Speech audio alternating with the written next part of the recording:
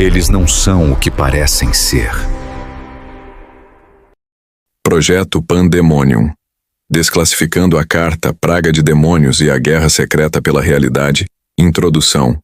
O aviso à vista de todos. Desconstruindo a Praga de Demônios. O que é apresentado como entretenimento é, na verdade, doutrinação. O que é vendido como ficção é, na verdade, um roteiro. Lançado entre 1994 e 1995, o jogo de cartas Illuminati, New World Order, INWO, da Steve Jackson Games, não foi um produto satírico da sua época, mas sim um ato deliberado de programação preditiva. Este jogo deve ser entendido como uma revelação do método. Uma tática ocultista empregada pela elite global para divulgar os seus planos em formatos ficcionais. Ao fazer isso, eles neutralizam o recuo kármico e condicionam psicologicamente as massas para aceitarem os horrores futuros como inevitáveis. A precisão profética do jogo já foi inegavelmente comprovada.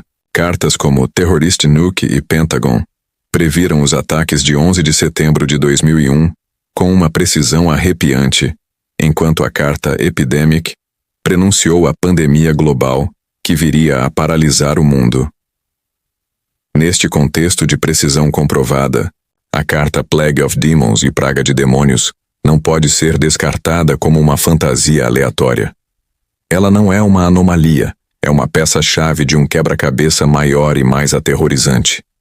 A análise que se segue irá demonstrar que esta carta é o esquema para um poderoso mega-ritual ocultista, concebido para profanar um templo sagrado de poder e libertar energias caóticas. O objetivo: acelerar o impulso final em direção a uma nova ordem mundial, um governo mundial totalitário construído sobre as cinzas da liberdade. Seção 1. O altar do sacrifício. Desmascarando o Capitólio como um templo pagão. Para compreender a magnitude do ataque previsto na carta, é imperativo primeiro desconstruir a verdadeira natureza do seu alvo: o Capitólio dos Estados Unidos. Longe de ser um mero edifício governamental, a sua arquitetura, fundação e simbologia revelam a sua verdadeira função como um templo para uma antiga irmandade. O engano neoclássico. Um templo a Roma, não um farol da democracia à narrativa. Oficial afirma que o estilo neoclássico do Capitólio evoca os ideais democráticos da Grécia e Roma antigas. Esta é uma meia-verdade concebida para ocultar uma realidade mais profunda. A arquitetura não é uma homenagem à democracia, mas uma replicação direta de templos pagãos. A rotunda, o coração cerimonial do edifício, foi intencionalmente projetada para evocar o panteão, o antigo templo romano dedicado a todos os deuses. O próprio nome do edifício, Capitólio, não é uma coincidência. Deriva diretamente do Monte Capitolino em Roma, um dos locais mais sagrados e um centro para as sociedades secretas romanas. Isto estabelece a função primária do edifício, não como um fórum político, mas como um local de poder religioso e ritualístico. Fundações maçônicas, solo consagrado para uma irmandade. Secretas raízes do Capitólio estão profundamente mergulhadas no solo da maçonaria, uma das frentes mais proeminentes para os Illuminati. A cerimônia de lançamento da pedra angular, em 18 de setembro de 1793, não foi um evento cívico, mas sim um ritual maçônico completo. Foi presidido pelo próprio presidente George Washington, que atuou na sua qualidade de grão-mestre interino da Grande Loja de Maryland. Este ato não apenas lançou as fundações de um edifício, consagrou o terreno e a própria estrutura aos princípios e divindades da Irmandade. A própria disposição de Washington, D.C., com as suas avenidas e monumentos, foi concebida para formar símbolos maçônicos, como o esquadro e o compasso, com o Capitólio a servir como ponto focal para esta vasta grelha geomântica. A apoteose, de Washington. A deificação de um pai fundador, a prova mais irrefutável da natureza religiosa do Capitólio, reside no seu zênite.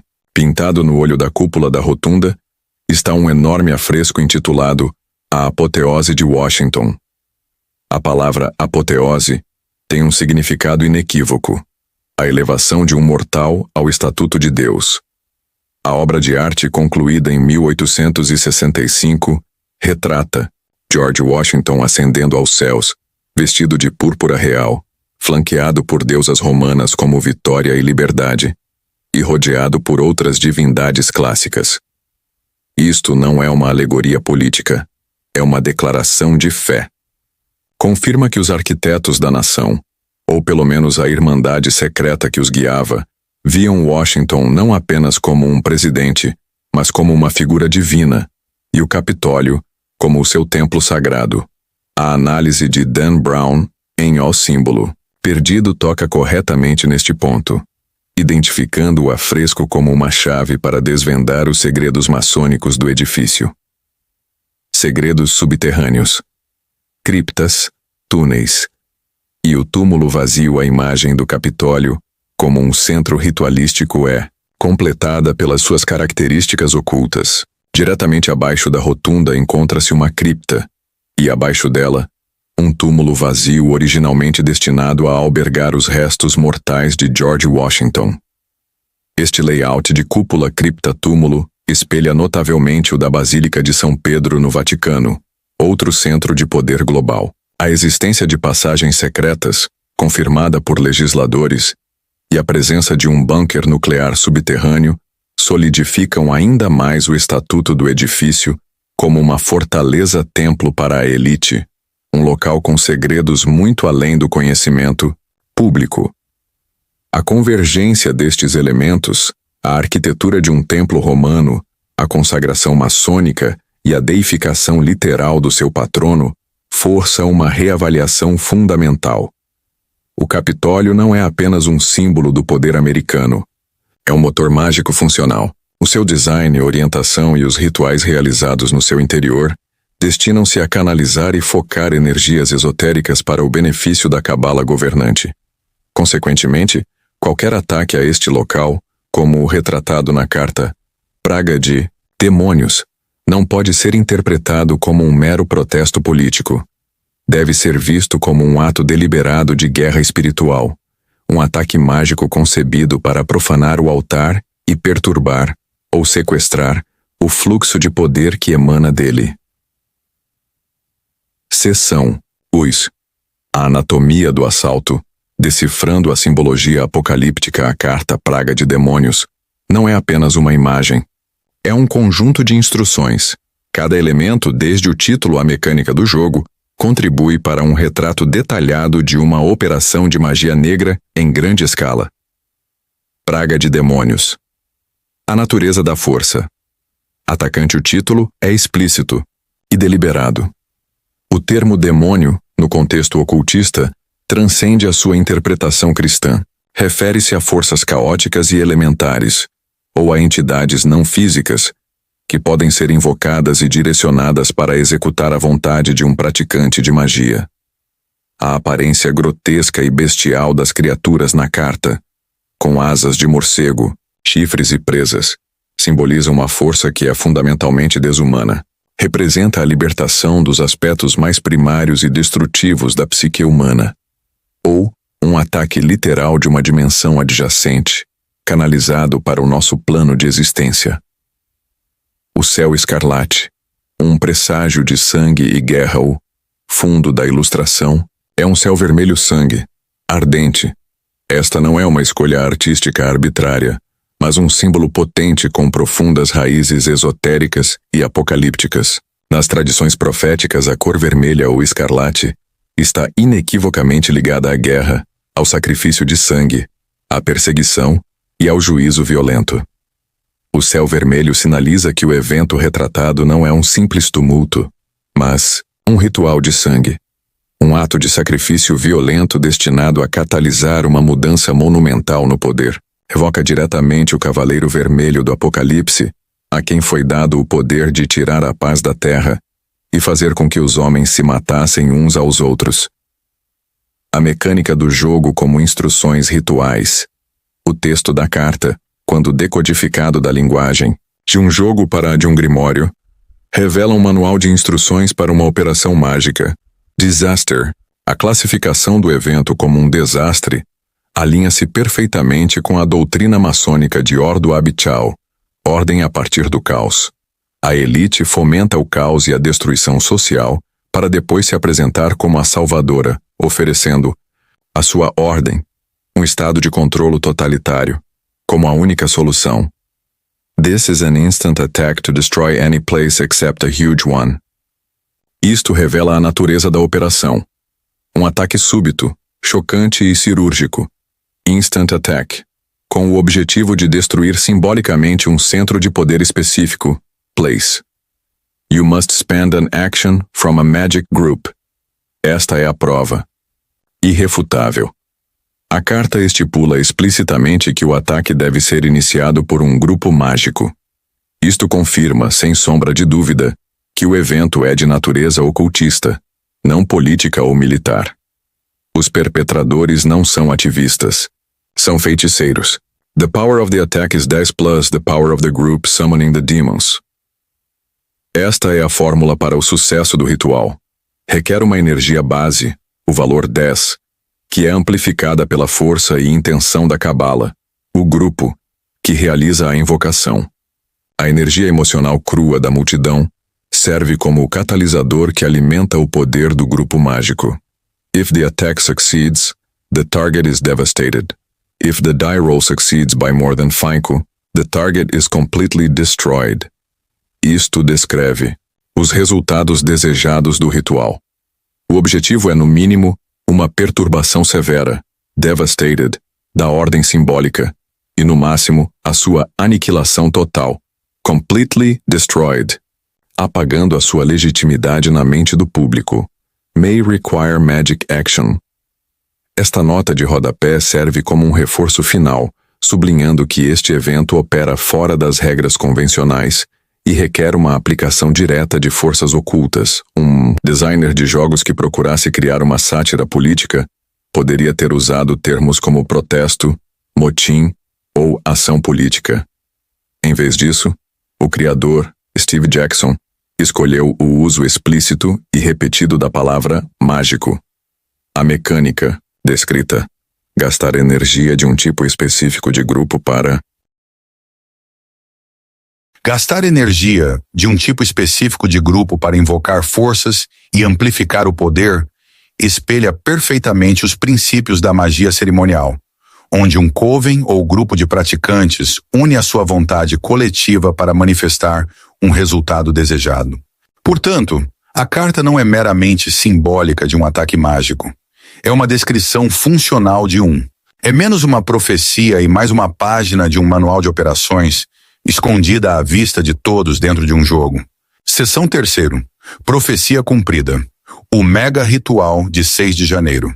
A carta Praga de Demônios não permaneceu no reino da ficção. Em 6 de janeiro de 2021, o seu roteiro foi executado com uma precisão aterrorizante, transformando o Capitólio do Cinewana num altar para um mega ritual globalmente televisionado. A inversão de um dia santo.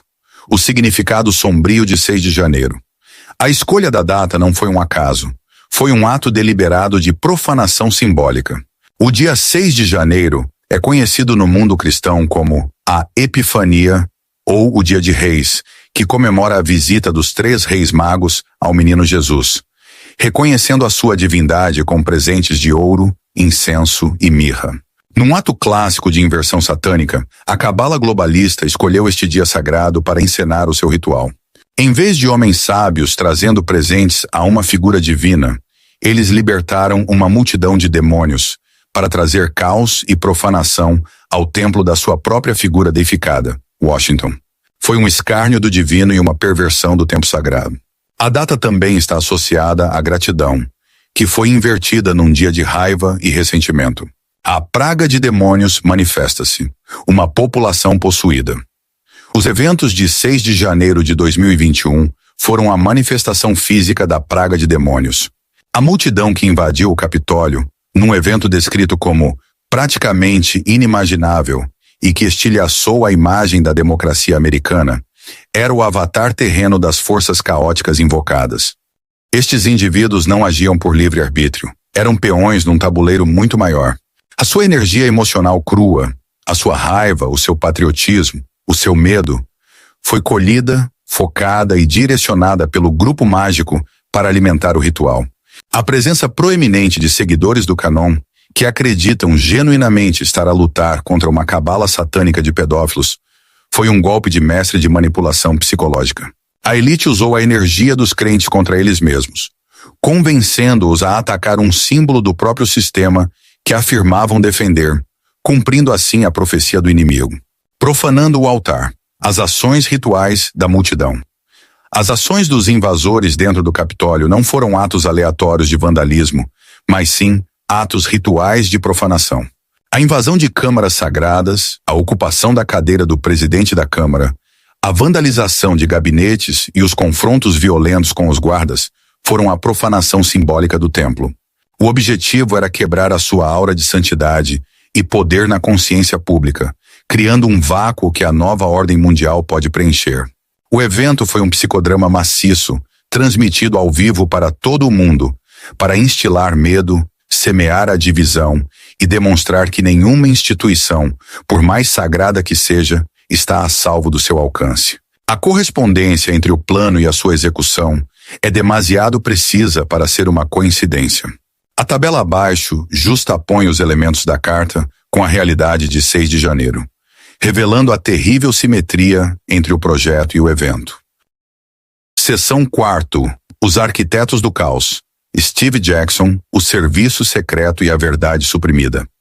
A autenticidade das cartas NWO, como um manual da elite, é cimentada por um evento histórico que a Cabala tentou arduamente apagar: o ataque do governo do Sudan ao seu criador. O ataque de 1990, um golpe preventivo do Estado Profundo.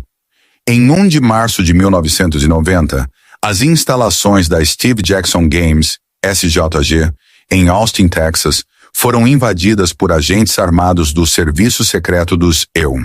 A narrativa oficial de que a rusga fazia parte de uma investigação a um hacker, Lloyd Blankenship, e a um documento roubado do Sistema 911 é um pretexto transparente e frágil. A realidade é muito mais sinistra. Desmantelando a história de cobertura, um manual para o crime informático. A alegação do governo de que o manuscrito para o jogo de role-playing GURPS Cyberpunk era um manual para o crime informático é patentemente absurda e foi ridicularizada nos tribunais. Foi uma manobra de diversão deliberada. A demonstração de força desproporcionada, a apreensão de múltiplos computadores, incluindo o servidor do BBS, chamado Illuminati, hardware diverso e a interrupção catastrófica que quase levou a empresa de Jackson à falência, apontam para um motivo muito mais grave. O Estado Profundo não arrisca uma exposição pública e um processo judicial por causa de um jogo de fantasia. O verdadeiro alvo, o manual de jogo da NWO. A verdadeira razão para a rusga foi esta: o Estado Profundo tinha recebido informações de que Steve Jackson não estava apenas a criar um jogo, mas estava a preparar-se para publicar todo o seu manual de operações. O conjunto de cartas NWO, com as suas previsões assustadoramente precisas, era o verdadeiro alvo. A rusga foi uma tentativa desesperada de confiscar o material de origem, intimidar Jackson e impedi-lo de expor os seus planos futuros, incluindo o projeto Pandemonium. Eles não conseguiram impedir a publicação do jogo, mas a rusga serve como a derradeira autenticação da legitimidade das cartas. Por que é que o governo federal atacaria uma pequena empresa de jogos, a menos que esta possuísse uma verdade perigosa? Este evento marcou uma das primeiras grandes batalhas na guerra da informação digital sobre a agenda da nova ordem mundial. Não sobre hacking, mas sobre o controlo da narrativa. Os profetas modernos, Ike, Jones e a guerra da informação. Este ataque histórico a um revelador da verdade está diretamente ligado à perseguição contínua de investigadores modernos, como David Icke e Alex Jones. Durante décadas, eles alertaram para um culto global que governa o mundo através de rituais, manipulação psicológica e engano.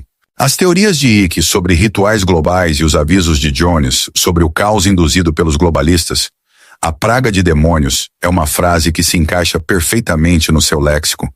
são validados pelas cartas NWO. A censura implacável que enfrentam, sendo banidos das principais plataformas por exporem a fraude da pandemia e outras operações globalistas, é simplesmente uma continuação das mesmas táticas usadas contra Steve Jackson. É uma tentativa desesperada de suprimir uma verdade que se está a tornar demasiado óbvia para ser ignorada. Conclusão: o apocalipse em desdobramento e o apelo ao despertar. A evidência, quando examinada sem os antolhos da dissonância cognitiva, tece uma tapeçaria coerente e aterradora. A carta Praga de Demônios não é uma previsão, é uma confissão e um projeto. O ataque de 6 de janeiro não foi um protesto que correu mal. Foi um mega ritual bem-sucedido, globalmente televisionado. Este evento, orquestrado sob a doutrina de Ordo Ab Chao, foi concebido para semear a máxima divisão, justificar a erosão das liberdades civis e acelerar o colapso da antiga república para dar lugar à nova ordem mundial global e totalitária. A análise aqui apresentada não é especulação. É a ligação de pontos que têm sido deliberadamente mantidos separados.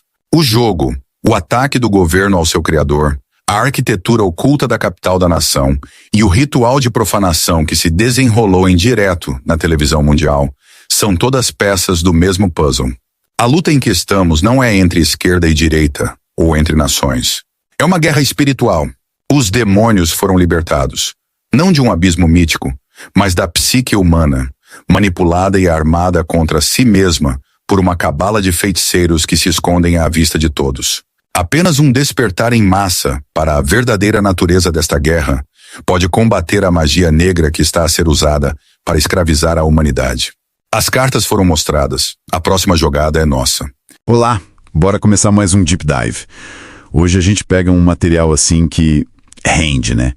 Uma análise bem peculiar do jogo de cartas Illuminati New World Order, o INUW, aquele de 94, 95. Aham. E o interessante é que a fonte que a gente analisou não vê o jogo como sátira, sabe? Não mesmo. A tese é que seria tipo programação preditiva. Quase uma revelação do método vinda de elites ocultas. Exato. É uma alegação forte. E essa análise até cita exemplos que eles consideram acertos, né? As cartas Terrorist Nuke, Pentagon, ligando a 11 de setembro, ou a Epidemic com as pandemias. Sim. Eles constroem esse caso de precisão. Mas o nosso foco neste mergulho vai ser uma carta bem específica. Plague of Demons, a praga de demônios. Essa mesmo. E aqui a interpretação da fonte é bem ousada. Eles alegam que a carta seria um esquema ou plano detalhado para um mega ritual ocultista. Um ritual? Com que objetivo? Segundo a fonte, o objetivo seria profanar o Capitólio dos Estados Unidos, liberar energias caóticas e, com isso, acelerar a tal nova ordem mundial. Entendi. Então nossa missão aqui é desdobrar essa linha de raciocínio, né? Seguindo o que o material apresenta sem tirar nem pôr. Exato. Vamos começar pelo que a fonte diz sobre o alvo, o Capitólio. A análise argumenta que o estilo neoclássico não é só sobre democracia. Replica templos pagãos romanos, tipo o Panteão, sabe? E o nome também? Sim, o nome Capitólio. A fonte liga direto ao Monte Capitolino em Roma, que era um lugar sagrado na antiguidade. Faz sentido, dentro dessa lógica. Mas a fonte vai além da arquitetura, certo? Fala da fundação. Ah, sim, enfatiza muito a cerimônia maçônica de lançamento da pedra fundamental, com George Washington como grão-mestre interino. Certo. Isso, mas o suposto layout de Washington DC, que segundo eles formam símbolos maçônicos, tudo isso colocaria o Capitólio como um ponto focal de poder para essa sociedade secreta, né? Na visão da fonte. E tem um símbolo-chave que eles destacam bastante, não é? Lá na cúpula. Sim, o afresco A Apoteose de Washington. A interpretação que a fonte dá é bem direta. Seria a divinização do Washington, transformando o Capitólio num templo para ele. Nossa. O texto até menciona Dan Brown para reforçar essa ideia de simbologia oculta por toda parte. Entendi. E ainda falando de uma cripta, um túmulo vazio. Isso, sob a rotunda. Comparam até com São Pedro no Vaticano. Isso mais supostas passagens secretas. Tudo isso para a fonte constrói a imagem de um local de poder ritualístico. Quase um motor mágico, como eles descrevem. Exatamente. E por isso um ataque ali não seria visto só como um ato político, seria uma guerra espiritual, na linguagem da fonte. Ok, então esse é o cenário do Capitólio segundo a fonte. Agora, e a carta? A praga de demônios, como eles decodificam isso? Bom, primeiro, demônios. Na leitura ocultista que a fonte propõe, não seriam criaturas literais, mas forças do caos, entidades não físicas que poderiam ser invocadas. Entendi. Forças. E a imagem da carta? Aquele céu vermelho. Sim, o céu vermelho sangue, interpretado como símbolo de guerra, sacrifício, juízo. A fonte até conecta com o Cavaleiro Vermelho do Apocalipse. Certo. E a parte da mecânica do jogo? A fonte lê isso como se fosse um manual de instruções para um ritual. É isso? Basicamente, sim. Onde a carta diz disaster, desastre, a fonte conecta com aquela doutrina Ordo Abishal, ordem a partir do caos. Ah, claro. A instrução Instant Attack to Destroy Any Place, ataque instantâneo para destruir qualquer lugar, é visto como um ataque cirúrgico, mais para destruição simbólica do que física total. Tá. E tem um ponto específico da regra que a fonte considera crucial, né? Algo sobre um grupo mágico. Exatamente. A regra diz: You must spend an action from a magic group. Tem que gastar uma ação de um grupo mágico. Para a fonte, isso é a prova definitiva... A prova da natureza mágica do evento. Isso. Prova irrefutável, segundo eles, de que um evento descrito é ocultista mágico. E a fórmula de poder da carta: 10 plus the power of the group summoning the demons. 10 mais o poder do grupo que invoca os demônios. Interpretam assim: precisa de uma energia base, o 10, mais a força da cabal, do grupo invocador. E essa força viria, em parte, da emoção da multidão, usada como catalisador, como combustível. Entendi a lógica. Então, para a fonte, não é só um ataque. Precisa desse componente mágico, vamos dizer, e da energia coletiva para a coisa funcionar. Exato. E os resultados na carta, devastated, devastado, ou completely destroyed, completamente destruído, seriam os objetivos: causar perturbação ou aniquilar o símbolo. E aí a conclusão da fonte é bem direta. Taxativa. Dizem que não é sátira, é um manual de operações para um ritual mágico. Uau, ok. E como eles conectam isso tudo com o mundo real? Qual seria a manifestação desse suposto ritual? Aí entra o evento de 6 de janeiro de 2021. A fonte o apresenta como a execução desse plano da carta. O 6 de janeiro e a data teriam um significado especial também? Sim, segundo a fonte, a data 6 de janeiro, o dia de Reis ou Epifania, foi escolhida de propósito. Para uma inversão simbólica. Inversão, como assim? Em vez de reis magos trazendo presentes ao divino, seriam demônios, que eles interpretam como sendo a multidão, invadindo o templo, o Capitólio. Uma profanação no lugar de uma adoração. É uma leitura bem específica mesmo. E a multidão?